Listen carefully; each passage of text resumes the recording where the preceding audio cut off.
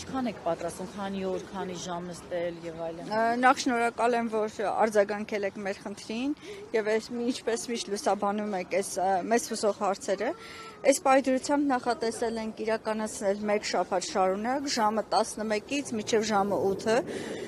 Նստացույցը սկսում եմ ինքս մենակ եւ խնդրում եմ կոչ եմ անում այն մայրիկներին, ովքեր անտարբեր չեն Դավիթ Մինասյանի կյանքով,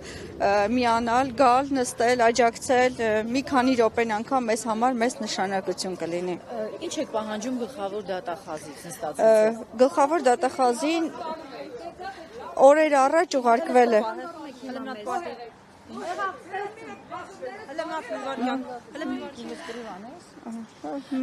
Գլխավոր դատախազից ինչ եք պահանջում։ Գլխավոր դատախազից պահանջում ենք անաչառ քննություն, թույլ տալ Դավիթի բուժումը անցկացվի տանը եւ իր ընտանիքի հոգատարության ներքո,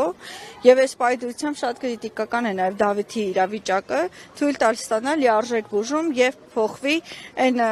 մեղադրանքները, որոնք ներկայացվել են։ Մենք գիտենք, որ Դավիթը մեղավոր չի եւ այս պայդրությամբ փորձում ենք մոբիլիզացիա անել եւ ներգրավել շատ մարդկանց այս հացի շուրջ ուշադրություն գրավելու համար։ Տեղեկություն կա, որ Դավիթին ուզում են տեղափոխել քրեակատարողական հիմնարկ նորից ի վիճակի, որովհետև բժշկական հետազոտություններով գանգուղեղային վնասված եւ ուղեղի ցնցում էր մոտը տիկնապահի հարվածից հետո։ Շատ վատ է իրականում Դավիթի իրավիճակը, այնպես չի, որ ինքը մանկողնուց վեր կացավ կկարողանա տեղափոխել քրեական կատարողական հիմնարկ, մեր նպատակը նաև դա է խոչընդոտել, որպեսզի Դավիթը ստանա լիարժեք բուժում հիվանդանոցում մինչև այն պահը, որ ի վիճակի կլինի ենթարկվել դատախազության հրամանին։ Սաիդա, գլխավոր դատախազը դատախազությունը անցած շաբաթ մերժեցին ազատ արձակել։ Այդ դեպքում այստեղ նստացույցի ինչքանով կփորձի փոխել նրանց տեսակետը։ Իրականում շատ լիահույս եմ, որ հնարավորություն կունենանք ազդել իրավիճակի վրա։ Այստեղ միայն նպատակային է, որ շատ մարդիկ ներգրավեն, երբ որ դու մի խնդրի շուրջ կարողանում ես շատ մարդկանց մոբիլիզացնել եւ խնդիրը բարձրաձայնել, հնարավորությունը մեծանում է։ Ընտանիքը զգա, որ ինքը մենակ չի։ Դավիթը երբեմն հարցնում է, իսկ ինձ հիշում են իմ մասին մարդիկ հոգ են տանում, այսինքն ես ուզում եմ այս մեսիջը հասնի հիվանդանոց, հասնի Դավիթին, հասնի ընտանիքին, որ իրենք զգան մենակ չեն եւ ես միշտ այն սկզբունքով եմ առաջնորդվում, այսօր Դավիթն է, վաղը մենք մեր յուրաքանչյուր երեխա կարող է հայտնվել իրավիճակում եւ մենք էլ ապահովագրված չենք, այնպես որ հիմնական նպատակը նա է ստանալ անհրաժեշտ բուժումը հիվանդանոցում եւ փաստաբանները ավելի մանրամասն կներկայացնեն ինչ վիճակ է ընթացքում։ Դուք կադրերը տեսել եք։ Այո։ Դե գիտեք իրավապահները ինչ են ասում, նաև վարչապետն է նկատում, որ իր անվտանգությունը պետք է հսկվել է եւ այդ տղայի վրա բեջ կախած չէր, որ հասկանային, որ 18 տարեկան է, խնդիրներ ունի եւ այլն։ Նույն ձև կպատասխանեմ իրենց ոստիկանության կամ քաղաքացիական հագուստով ոստիկանի վրա կախված չէր բեջ, որ մենք իմանայինք, որ ինքը ոստիկան է եւ մոտ չգնայինք Փաշինյանին։ Հետո այնտեղ այնպիսի վիճակը, որ եկեղեցիում չեմ կարծում լինի ինչ-որ մեկը, որ պատրաստ էր ինչ-որ վնաս հասցնել Փաշինյանին, ավելի շատ մենք կմտածենք այնտեղ գտնվող մարդկանց մասին, քան իր առողջության մասին։ Երեխաների մասին ով հոգ պիտի տանի, Սաիդա։ Կներեք 1902 հարցին կարող եք պատասխանել։ Երեխաների մասին այս ընթացքում կարող եք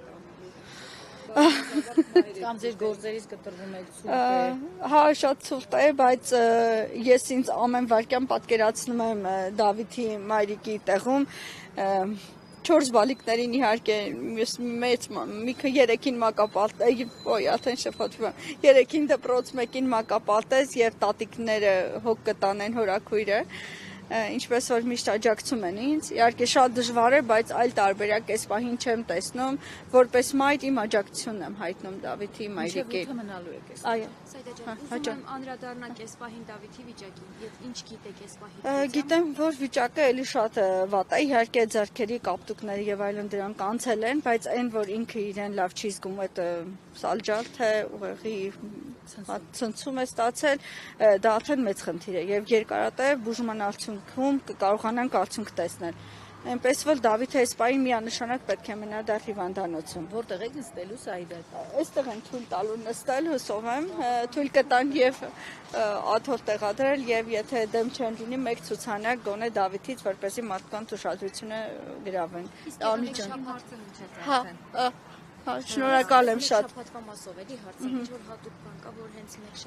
Մեկ շաբաթ մինչև 17-ը դուք գիտեք նախատեսվում է, դրա համար մենք այստեղ ենք լինելու մեկ շաբաթ շարունակ, իսկ ընթացքում ընթացքը ցույց կտա։ Եթե ինչ որ իրավիճակ փոխվի, որ մեզ գոհացնի, մեկ շաբաթ չենք նստի։ Եթե չգոհացնի, ապա միանշանակ մեկ շաբաթ։ ասում են, որ Փաշինյանն ասաց, որ չգիտեին, հա, որ երեխա է, չգիտեին, որ առողջական խնդիրներ ունի, հիմա արդեն գիտեն այդ ամենը, ինչ են շարունակում իրեն քրեակատարողական հիմնարկներով որոշում բայց։ Այնքան բաց հարց եք տալիս։ Այդ հարցին երևի անգամ իրենք չեն կարող պատասխանել։ Ուղղակի, եթե ինքը այդպիսի հավատացյալ մարդ է, հավատում է Աստծուն եւ եկել էր աղոթելու սիրտը բանալու Աստծո առջև, այս պարագայում ես կոչ եմ անում իր գթությանը, եթե ինքը այդքան աստվածավախ է, ավելի մեղ վարվեն Դավիթի հետ եւ թույլ տան գոնե տանը իրականացնեն բուժումը եւ հոգ տանի մայրիկի իր մասին։